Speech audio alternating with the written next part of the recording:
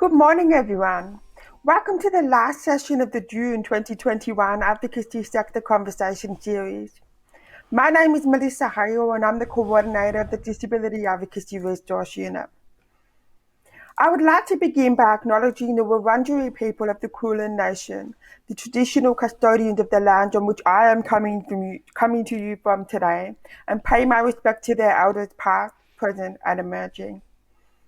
I extend that respect to Aboriginal and Torres Strait Islander people here today. I also acknowledge that sovereignty was never ceded and that this always was and always will be Aboriginal land. Once again, we're delivering the Advocacy Sector Conversations Forum to you online.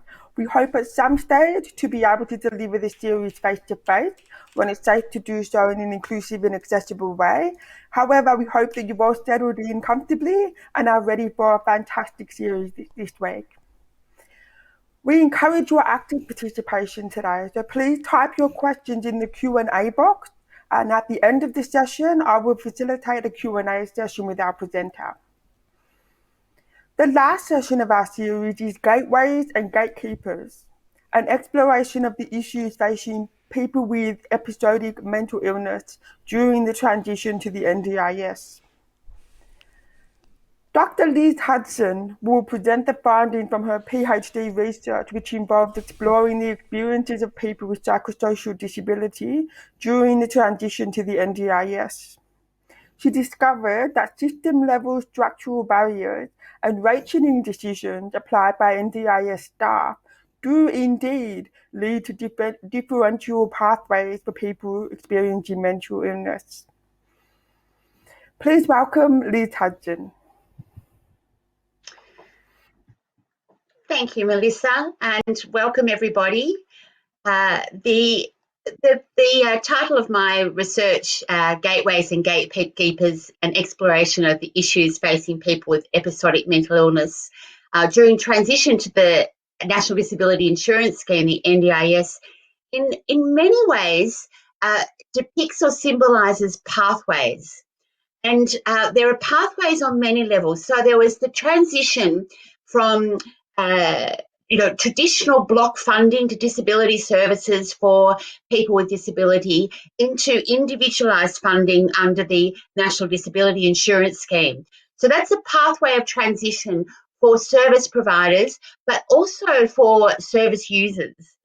And there were, in my research, I discovered there were different pathways for people with psychosocial disability.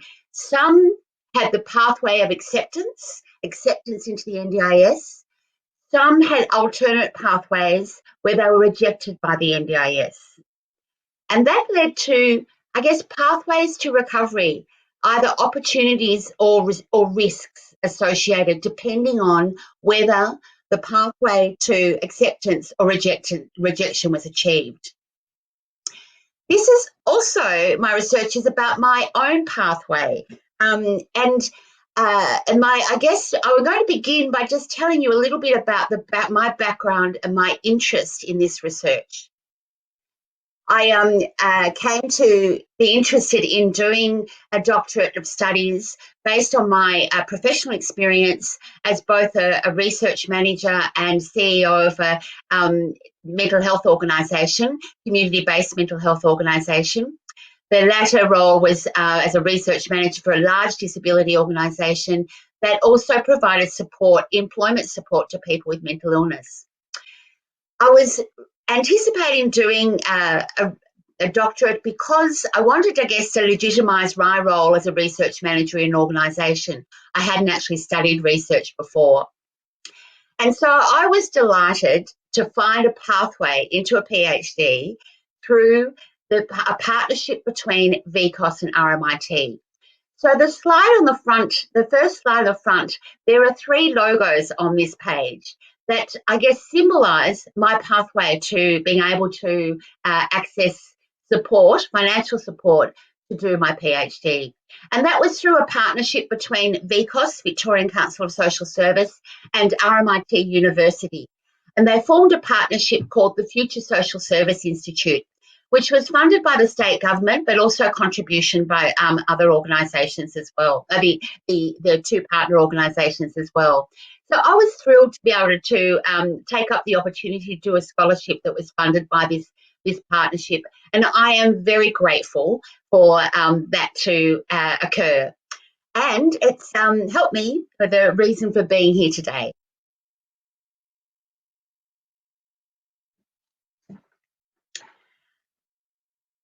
Whilst the NDIS presents opportunities for many eligible people experiencing psychosocial disability, a range of existing services have been or will be replaced by the NDIS, creating a problem for those who are ineligible. There are 690,000 people, Australians, living with severe mental illness. 64,000 of them will be NDIS eligible at any point in time. Therefore, up to 91% of ineligible NDIS ineligible for NDIS, they rely on non-NDIS mental health supports, which might be mainstream supports or existing services. At the national level, 3 major mental health service programs, FAMS, the Disability Living, and PIR, will actually close as a result of the NDIS, and many have already. Of particular note is the unique situation in Victoria, where under the bilateral agreements, all state community mental health services will be replaced by the NDIS. I guess justifying the focus of my research on researching people's experience of the NDIS, not just those who were eligible and had access to the NDIS, but what was the result for those who were ineligible. What did that mean for them? What kind of future did they have? At the time of my research, all existing community mental health services in Victoria were being replaced by the NDIS. But since my research, there has been a small amount of funding to try and support those that for whom there are service gaps, which I'm really pleased to see, because that wasn't the experience during the period of my research. However, it's still inadequate. It still doesn't, I guess, support those remaining 91% who will be ineligible for the NDIS.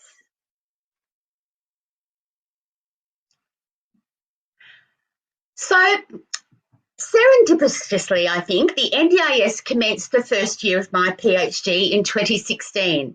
And full rollout happened to actually coincide with the end of my PhD in 2020. I'd like to say that this is the result of well-planned design, but the truth, it is the product merely of coincidence. During 2018 and 2019, as you can see on this slide, is the period of time when I commenced my data collection. That's where I interviewed people with psychosocial disability about their experiences of transitioning from traditional services to individualised funding under the NDIS. So my research, the timeline, actually mirrored the timeline of the full rollout of the NDIS. And I was interested in interviewing both eligible and ineligible NDIS participants because my research was positioned to, I guess, shine a spotlight on the impacts of ineligibility at both individual and societal levels. So my analysis, drawn from first-hand accounts collected from both NDIS participants, both ineligible and ineligible, and also NDIS practitioners, the people with who worked for the NDIS or worked for partners of the NDIS, employed as planners or local area coordinators. I guess revealed that for the individual, ineligibility leads to an uncertain future as existing community mental health supports were withdrawn, negatively affecting their recovery and well-being. And this also has, I guess, a broader impact. Structural barriers at the system level and rationing decisions applied by NDIS professionals serving as gateway operators to the scheme led to differential pathways and service gaps, and raising some issues around notions of social justice and fairness in the system. I expand on this further in my presentation as I talk about the findings from my research. But first, I'll give you an overview of my research.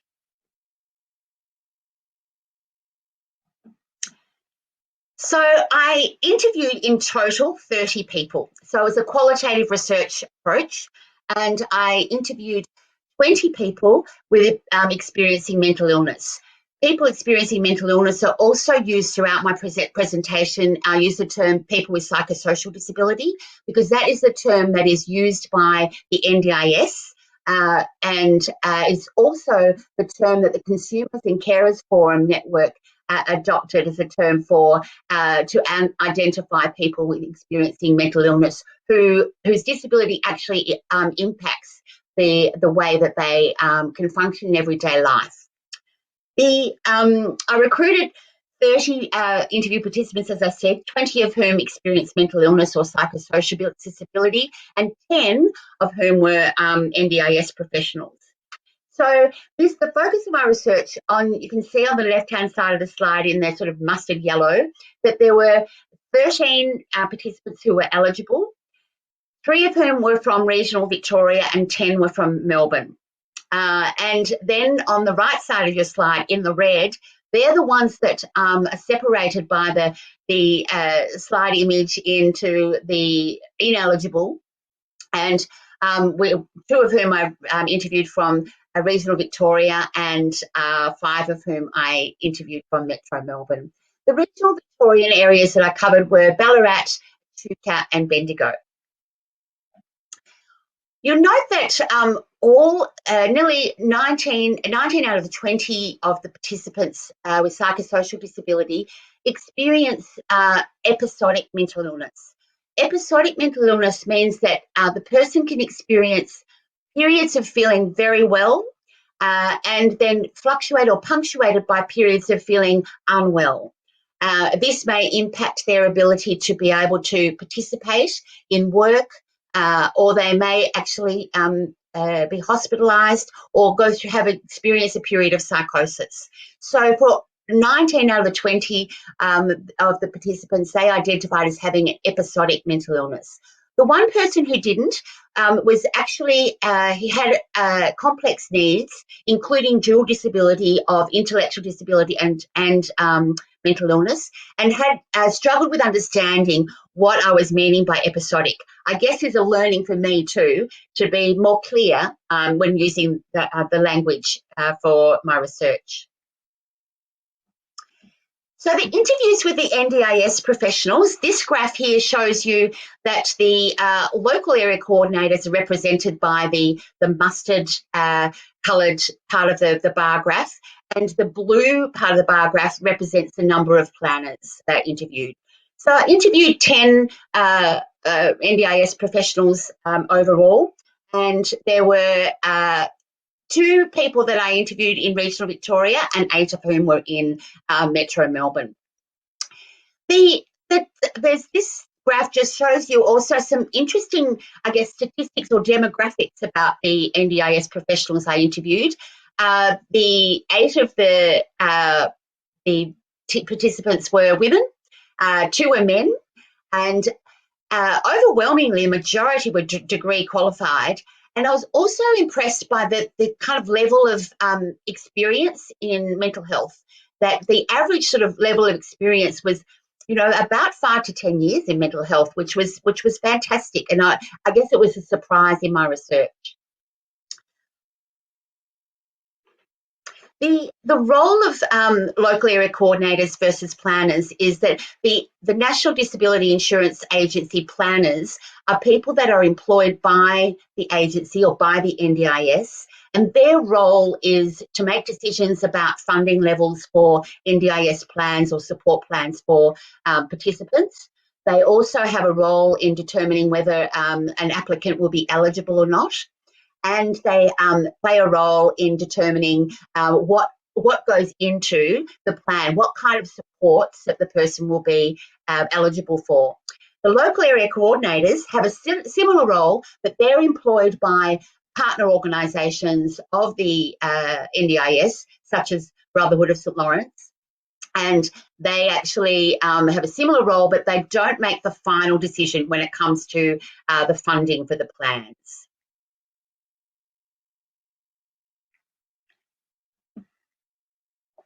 So, explanation of key terms. The two terms that will be using during this presentation, or are using, is the one is the episodic psychosocial disability. And as I mentioned earlier, this is a definition that is used by the National Mental Health Consumer and Carer Forum, and it describes the term that they use to describe the disability experience of people with impairments and participation restrictions related to mental health conditions. These restrictions include loss of or reduced abilities to function, think clearly, experience full physical health, and manage the social and emotional aspects of their lives, often based on the social model of disability that they are confronted with barriers that make it difficult for them to actually enjoy a full quality of life because of the barriers, the societal barriers that are introduced for them. As I also mentioned, psychosocial disability is the term that is used by the NDIS. In episodic mental psychosocial disability is in the mental health context is where, as I mentioned before, a person's disability may vary in intensity, fluctuating between periods of living well and not so well. The other term that I'm introducing now that I'll be using in my research throughout the presentation is the term personal recovery. It's one of the major themes of my research is what it means, what the NDIS means for participants in their recovery. Also, the NDIS promise that the personal recovery model is something that will be supported during the NDIS, and that their recovery is something that is front of mind when it comes to supports for people with psychosocial disability. So personal recovery is the lens I use to guide my research. And recovery is about achieving an optimal state of personal, social, and emotional well-being as deemed by each individual. It is different from clinical recovery, which focuses on outcomes and the absence of symptoms. A person can experience personal recovery as having a movement away from pathology and illness toward that of wellness and personal resilience, while still acknowledging that they have a mental illness or a diagnosis of a psychiatric condition that may be permanent. They can still recover in other ways that is not just clinical and not just an absence of symptoms.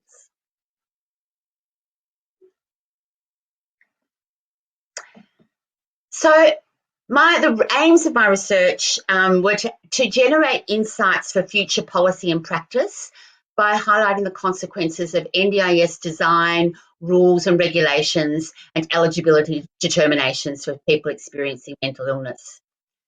I also had another aim was to contribute new knowledge regarding access and equity, choice and control, recovery and social inclusion in the National Disability Insurance Scheme for people with psychosocial disability.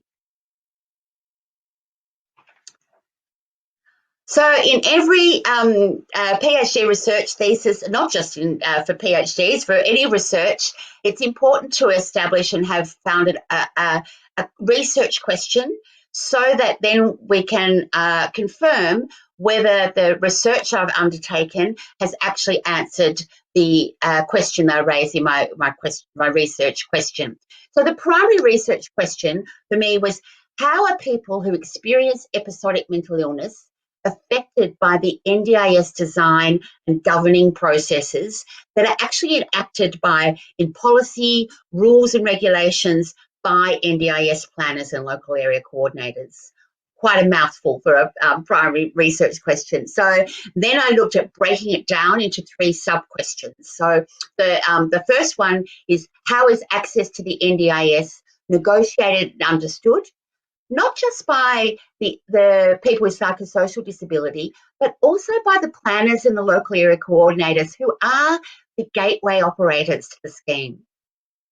The second sub-research question is, what are the barriers to and facilitators of choice and control and personal recovery? And the third and final sub-research question are, what are the social justice implications of NDIS access and eligibility determinations for people experiencing mental illness?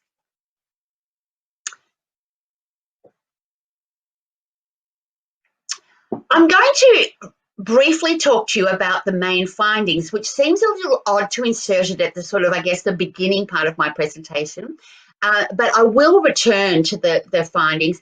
I just want to give you, I guess, some context when I talk about the research and what were the results. I want to give you an overview of the main findings, so it does give you context when I'm taking you through some of the quotes and what the people experienced during my research. So, and I think that also that these main findings have policy implications for the design of the and the implementation of the NDIS.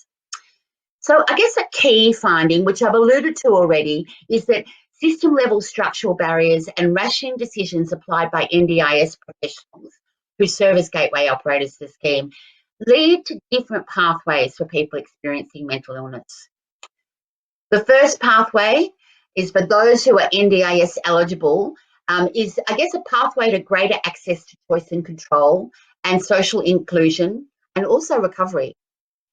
In my research, there were many, I guess actually over 50% of the people who were eligible for NDIS were able to talk positively about their experience of the NDIS. They had some very positive experiences, ranging from life transforming to simple things like access to some funding to be able to take some driving lessons so they could drive a car and to give them more independence.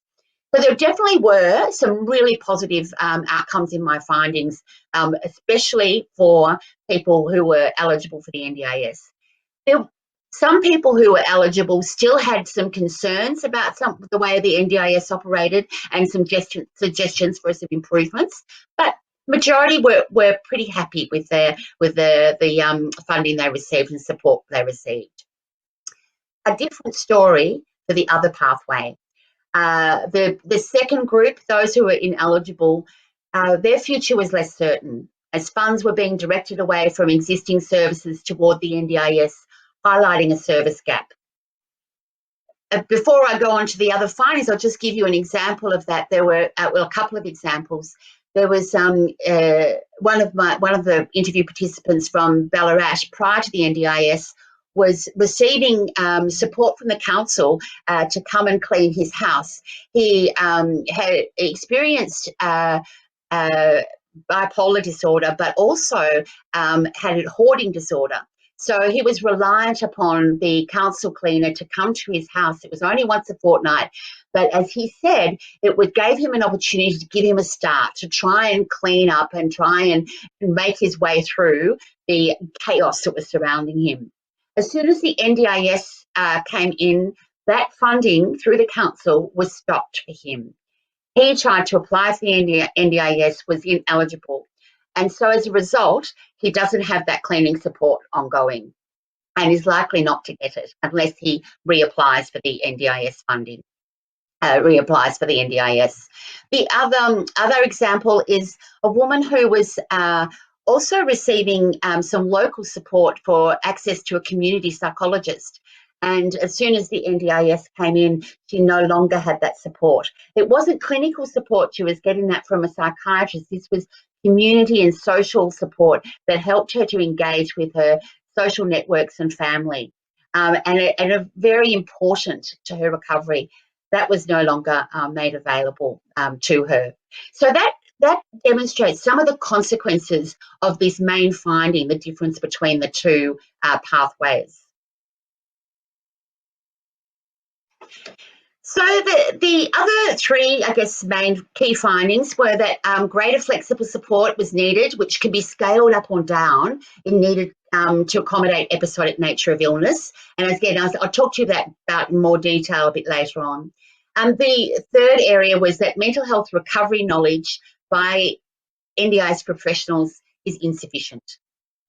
That I talked about that mental health knowledge was good, but it's actually around the personal recovery model, which is different to the clinical model, as I talked about earlier.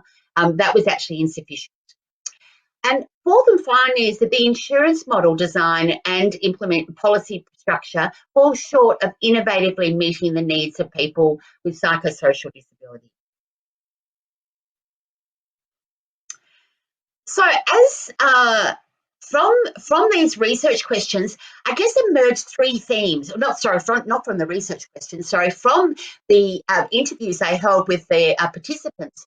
Three main themes arose and they've actually addressed each of those questions.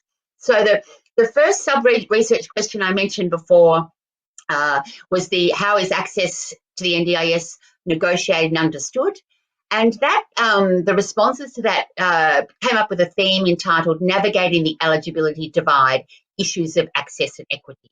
That was one theme. The second theme, which was around barriers and facilitators of choice and control and personal recovery, I actually talked about deconstructing choice and control. That's the theme 2. So I took apart the words choice and control. And then the third research question, what are the social justice implications? I actually, that came under a theme called Shaping Recovery and Social Inclusion. In the following slides, I'll expand upon these observations by actually showing you some direct quotes from some of the people that participated in my research. So the first theme, navigating the eligibility divide, issues of access and equity. So the NDIS made a promise, not just at the, when we started rolling out the NDIS in 2016 at the beginning of my research, but actually, even at the trial phase. The promise was that the NDIS gives all Australians peace of mind that if their child or loved one is born with or acquires permanent and significant disability, they will get the support they need. This was something key that I wanted to explore in my research, to see if this promise was being upheld or is likely to be upheld. This is a snapshot of the eligibility criteria for someone who has psychosocial disability. And so you can see that to be eligible for the NDIS, applicants must have a disability that is attributable to one or more impairments related to a psychiatric condition, and that the impairment is permanent and affects their capacity for social or economic participation. At the beginning of my research in 2016, I was interested in exploring what this term permanent meant and what impact it would have for people who have episodic mental illness.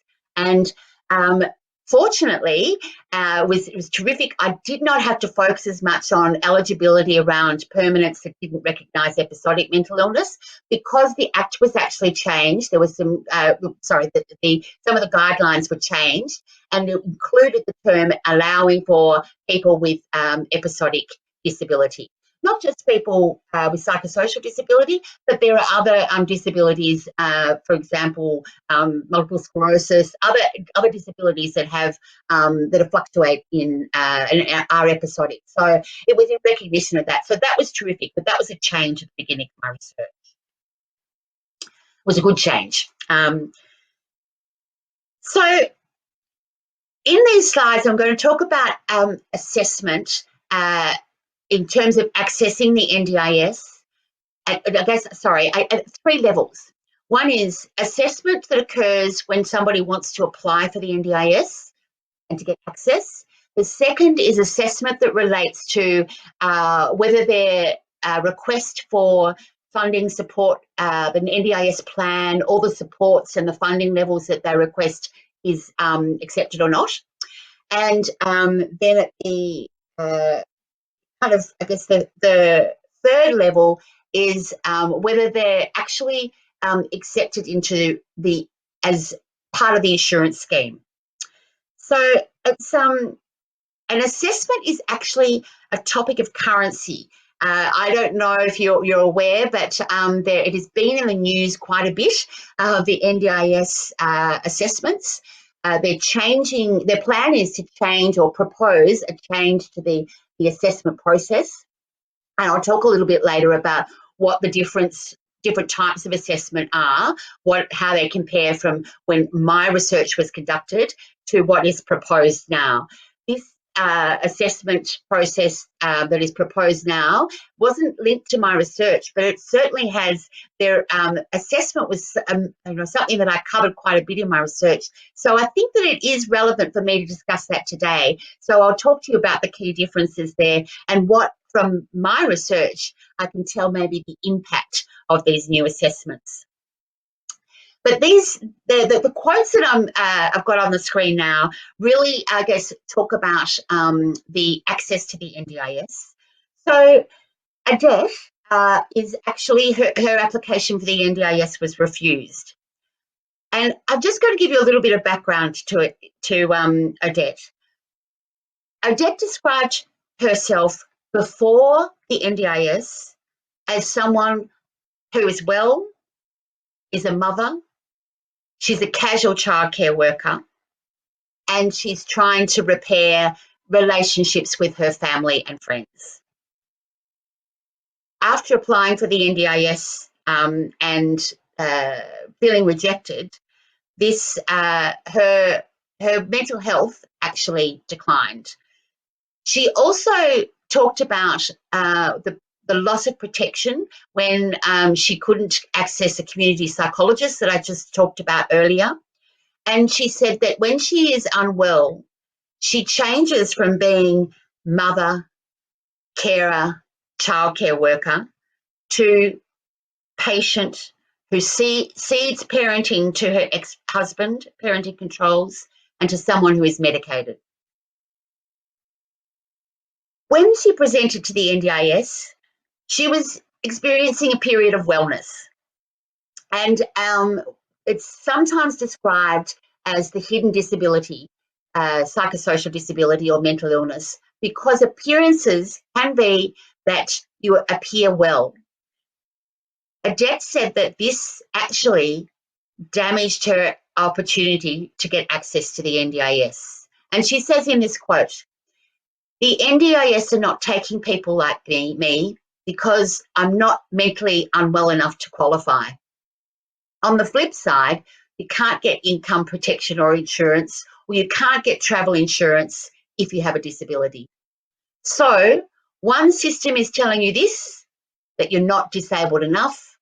The other system is telling you that you are too disabled." It highlights the, I guess, complexity around an insurance scheme that's based on requirements of what's called reasonable and necessary standards.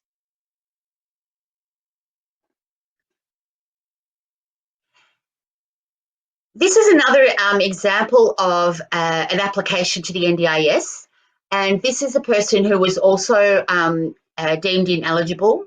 Charles was in regional Victoria, and he talked about the process of applying for the NDIS. I asked him, "Did anyone help you with the NDIS application?" He said yes, but the workers didn't have any information about what was required. It was very new at this point, I should qualify that in. The workers just said, "State the worst case scenario. You talk about the worst situation, not the best." And then I said, "How did that make you feel, talking about the worst?" And Charles said, "Awful. You feel disabled after that." So during my research, assessments were inconsistent and tended to focus on illness to ensure eligibility. In this case, Charles focused on his illness. He felt like he was labelled as being disabled, and the outcome was not positive for him. He did not get access to the NDIS. And so the quote, I guess, illustrates one of the themes discussed under this area of navigating the eligibility divide, and it is an indication of how being labelled affects an ineligible participant's well-being. So when I focused on this assessment, I was writing up this research. I was actually based on the experiences of people with mental illness when they talked about their application and focusing on the worst.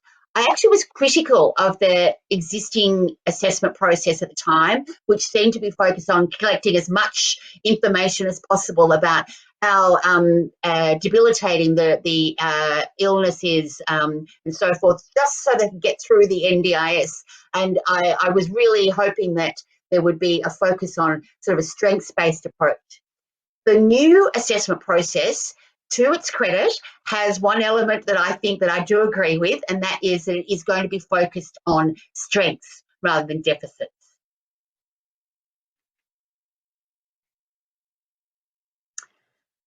So these two quotes are actually from NDIS professionals, two planners, one in regional Victoria and one in Metro Melbourne.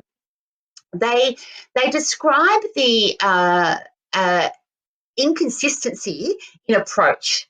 So the first one is by Erica, regional Victoria, not her real name. None of the names that I use in these examples are real. And she talks about someone who was actually asked for some gym equipment to help their mental health recovery. You know, it's well documented and evidence that physical health improvements leads to better mental health improvements. Erica says, I can't see a reason why you wouldn't give access. The product is only worth $3,000 and other planners laugh at me about that. If it actually gives this family a quality of life, I'm going to agree to it. I'm the delegate. I'm going to put it through. Erica is talking about being the delegate of the NDIS CEO. As a planner, she is delegated the responsibility to make decisions about certain levels of access to plans. And in this case, she's very supportive of the gym equipment and recognising the importance of that. And as a delegate, she has the responsibility to be able to make that decision. She has the delegated authority to make that decision. So she's saying she sees the value in investing $3,000 for gym equipment. In contrast, Bree says categorically, we never approve gym membership, ever. I mean, it's expensive. As much as we would love to, and especially I know how much exercise does help mental health, we can't do it.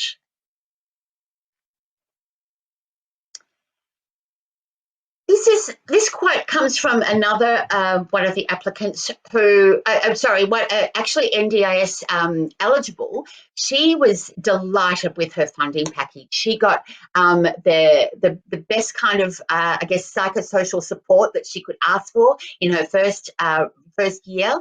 But after being with the service, with the NDIS for a year, she was given, some advice from one of the people that worked in the field to say that it was unlikely that she was going to be able to use to have the similar amount of funding for therapeutical support after 1 year. The reason that was given that she would probably not get access to that level of funding again was because she did not use up all of her funds in the first year. The reason she didn't use up all her funds in the first year were for a couple of reasons. One, she had some difficulty finding the right level of support for her. The support worker was in demand. The other is that she actually had a period where she was feeling unwell and hospitalised, and so she couldn't even use any of her NDIS funds at the time. So her quote there, she said, I'm not looking forward to my assessment review. I'm not sure who'll be supporting me anymore. I just fear that my best interests aren't being looked after. I feel like I'm losing control in my own therapy. So I talked about the beginning of this theme around access and equity and, navigating the eligibility divide. I talked about assessments having quite a lot of focus during this under this theme. So I thought I'd just spend a moment or two talking about assessments in current time. So it's not actually, I guess, about my research, but it does have some relevance for my research. And I believe that some of the findings from my research can have some impact or sway on how those assessments might be viewed, the new assessments. So the left-hand side tables describe the assessment requirements during the period of my research when I collected the data, when I interviewed the participants. So there was quite an involved process that in some cases took months to actually collect all the information. It was time consuming, but it did have some benefits. It meant that people were eligible. So in the current situation, or during my research, the assessment is to be completed by the applicant's psychiatrist, GP, or their most appropriate clinician. In contrast, the proposed new NDIS assessments, the assessor is unknown to the applicant. It isn't the healthcare professional or the applicant usually sees. One of the disadvantages of that in terms of people, not just for psychosocial disability, but I guess all disabilities, but particularly for people with psychosocial disability who may experience levels of distrust or take a while to establish trust and rapport. So if they're asked to talk about their experience, tell their story yet again to a complete stranger, this actually may have an impact on their ability to engage with the NDIS and their ability to develop rapport. If the assessment is based on, the information that they can get from, a GP or a psychiatrist or psychologist whom they know, there is a much better chance that they will engage. The second middle box is that assessment currently is based on individuals' impairments and individuals' needs. The proposed assessment will be based on standardised assessment tools that may or may not be relevant for people with psychosocial disability. The third area is the knowledge when preparing for the evidence, I guess, to apply for the NDIS, that somebody's knowledge of previous hospitalisations, impairments over the past 6 months, or even longer for people with fluctuating conditions, it's actually critical to developing a pattern to see what kind of NDIS funding plan they will receive, whether they're eligible for the NDIS. It requires someone who knows them quite well as to, what has been their experiences of mental health in the past. In the new assessments, an independent assessment will take 3 hours and got to collect all that information again. When I was actually preparing this this presentation today, I did have a look there. The Community Mental Health Association of peak bodies in August last year prepared a response to the proposed new independent assessments, and they highlighted a number of criticisms, and they said before independent assessments can take place, it's important that the quality of assessor is paramount, that they should, for people with psychosocial disability, they require a highly skilled and experienced assessor that is trauma informed and recovery focused and culturally aware, and that the quality of the assessment tools needs to work for people with psychosocial disability, and that 3 hours is just not enough to complete such an assessment. And that the availability of skilled assessors, especially in regional and remote areas, is important. So that's, I just guess, a look at how my research that was conducted in, collected that information in 2018 and 2019 has relevance to today.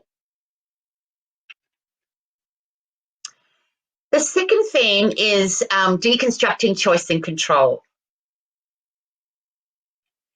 So this I guess map, kind of mind map, plots the sort of themes that came out of this deconstructing choice and control area.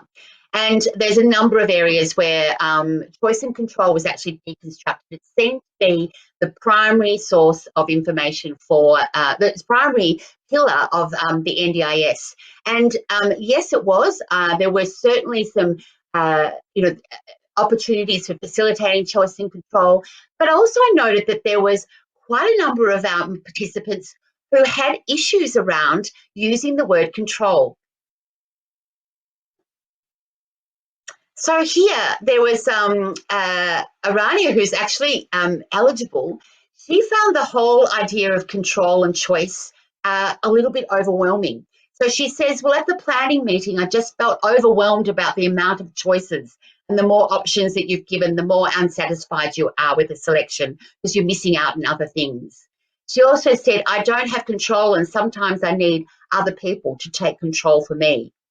This suddenly all this stuff is about the NDIS, and they're supposed to be helping me, but I feel overwhelmed with it.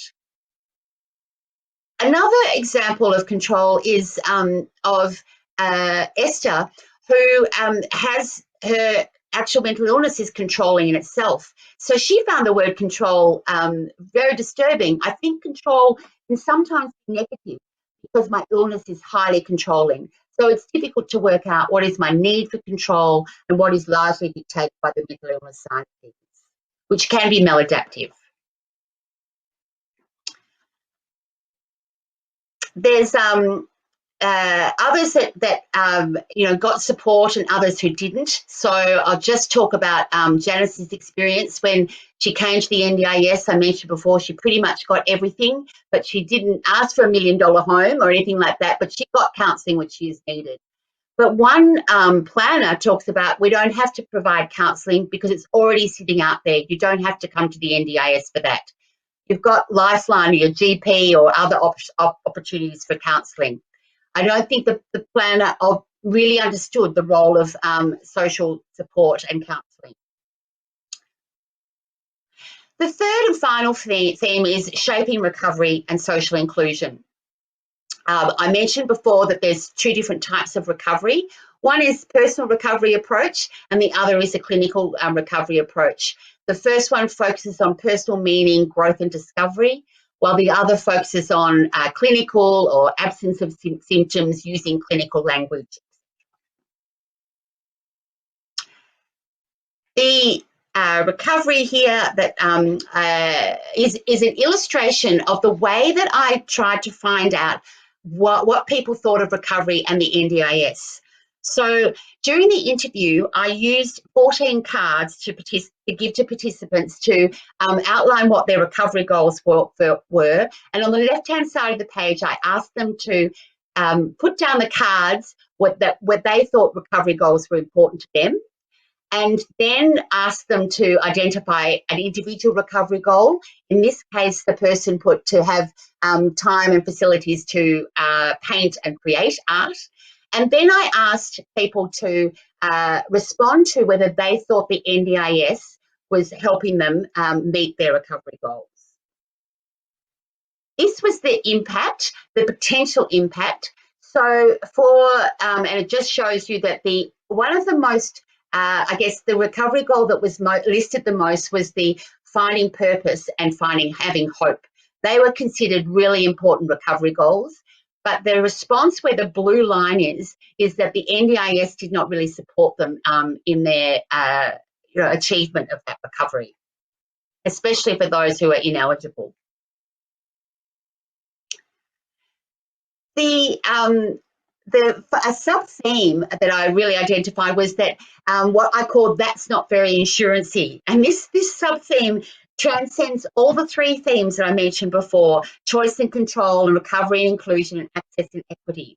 And I drew, I guess, attention to this because gave the label of this theme, That's Not Very Insurancey. It's appropriated from an advertising campaign of Amy. And they challenge, in their advertising campaign, they use this slogan, Not Very Insurancey, to challenge the notion of what insurance can actually be and delivering insurance in a not very insurancey way. This insurance firm uses a slogan to promote their focus on customer needs, which they claim is innovative, flexible, but also efficient. Also an insurance model, the NDIS makes similar claims, but I think through my research that the NDIS falls short in meeting the benchmarks of insurance. So coming back to the main findings, I'm nearly concluding my presentation. And again, it's the main findings were that there were two pathways for people ineligible and eligible based on the structural design.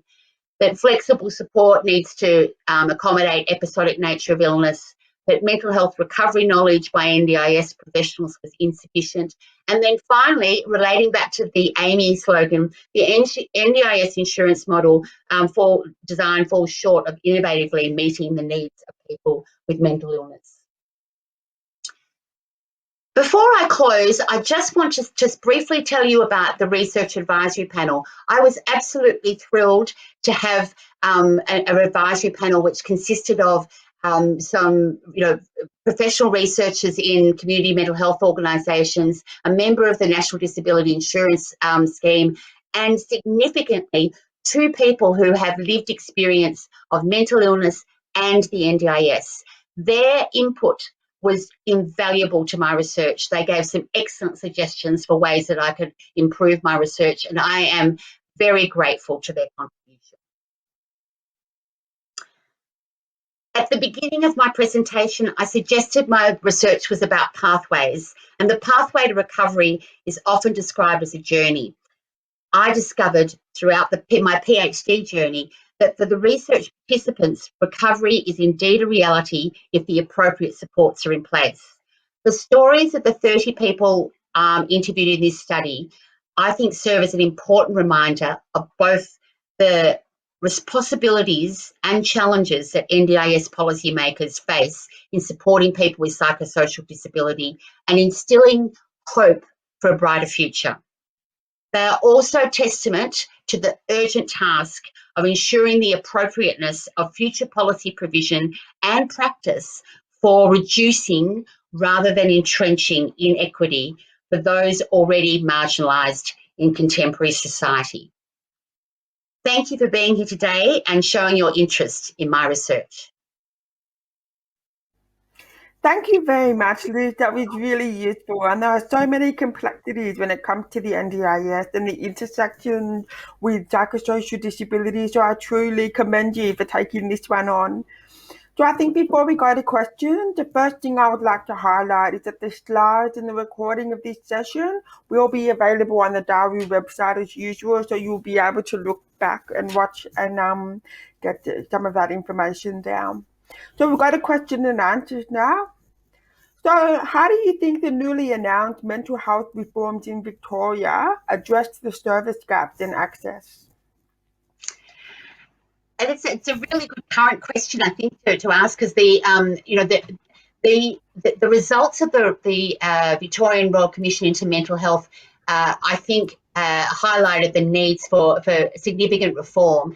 And I, along with many of my colleagues where I currently work in mental health, we recognise that it is terrific that there are the reforms that address some of these gaps. So I guess I'm hopeful that they will be able to address some of the gaps, especially for those who are ineligible for the NDIS, and that those reforms will be supportive. Yeah, and hopefully it stays long term rather than such a short term thing. Okay, next one. We need to change the planning conversation.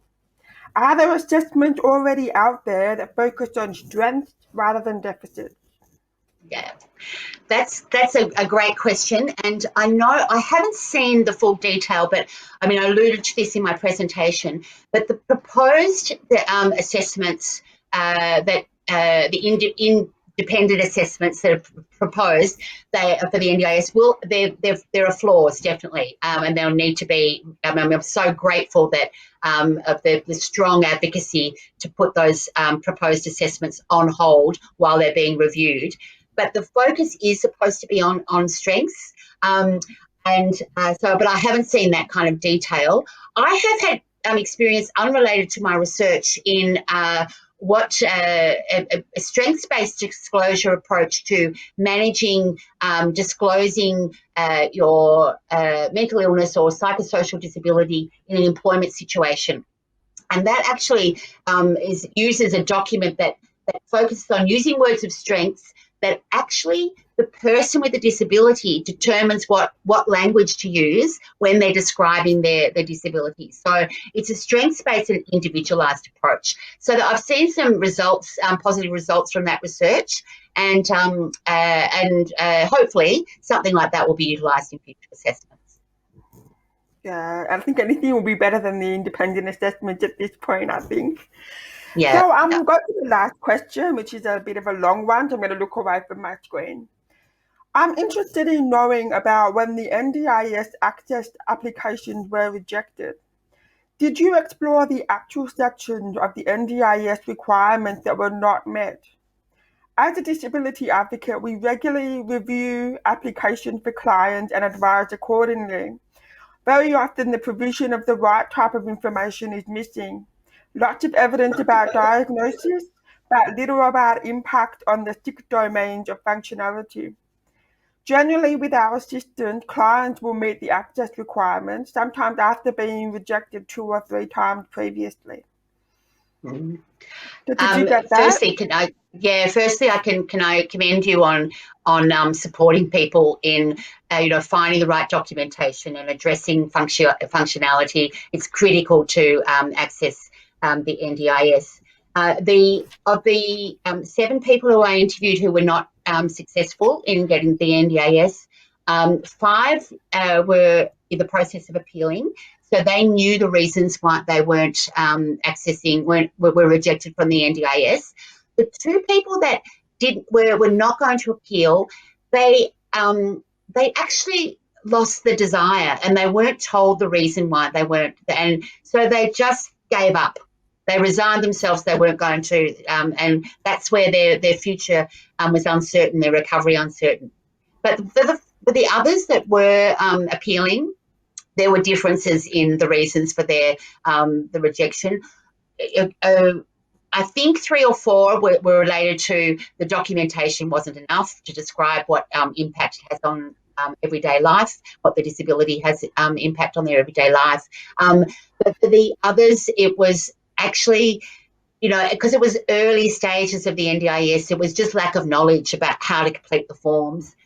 Finding the right support person and so forth. So it did kind of vary. There were no uniform responses as to why they weren't successful, but it is terrific that there are organisations such as where the questioner comes from who actually supports people in their applications. Good on you. Yeah, I can imagine how frustrating it must be, particularly if you have a mental illness on top of any other disability as well, and then having to go through that process again and again and again, and feeling like you want to give up and just chuck it. I can totally understand that. Liz, thank you very much for being so generous with your time and expertise in this area. It's such a messy space to be in. Having some research and evidence about the impact of this process on people with psychosocial disability could really help to create change. So thank you very much. My pleasure. Bye, everybody. Come to a close to our last session of the series. So thank you to our Auslan interpreters and captioners for their hard work today. Thank you to Show Division for bringing this production to you today. Have a wonderful week, everyone. Stay safe and see you next time.